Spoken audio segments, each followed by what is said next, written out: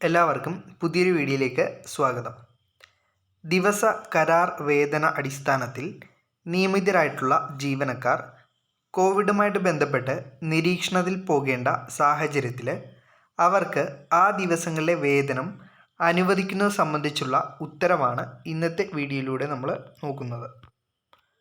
പരാമർശപ്രകാരം Covid സ്ഥിരീകരിക്കപ്പെട്ട സർക്കാർ ജീവനക്കാർക്കും quarantine നിർദ്ദേശിക്കപ്പെട്ട സർക്കാർ ജീവനക്കാർക്കും പ്രസ്തുത കാലയളവ് സർക്കാർ മെഡിക്കൽ ഓഫീസറുടെ സർട്ടിഫിക്കറ്റിൻ്റെ അടിസ്ഥാനത്തിൽ ആകസ്മിക അവധിയായി ബന്ധപ്പെട്ട മേലധികാരികൾക്ക് അനുവദിക്കാവുന്നതാണെന്ന് ഉത്തരവായിട്ടുണ്ട്.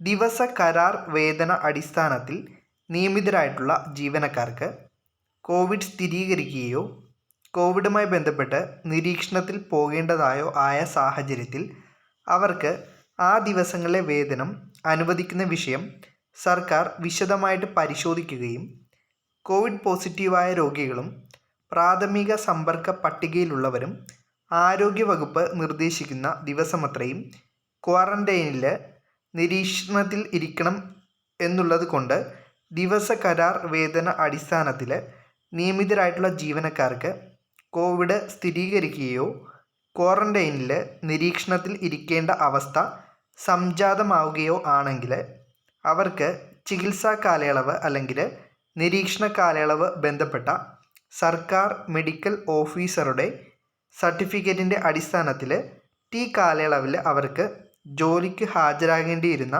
പ്രവൃത്തി ദിവസങ്ങൾ ഡ്യൂട്ടിയായിട്ട് പരിഗണിച്ച് വേതനം അനുവദിക്കാവുന്നതാണെന്ന് ഉത്തരവിൽ പറയുന്നു.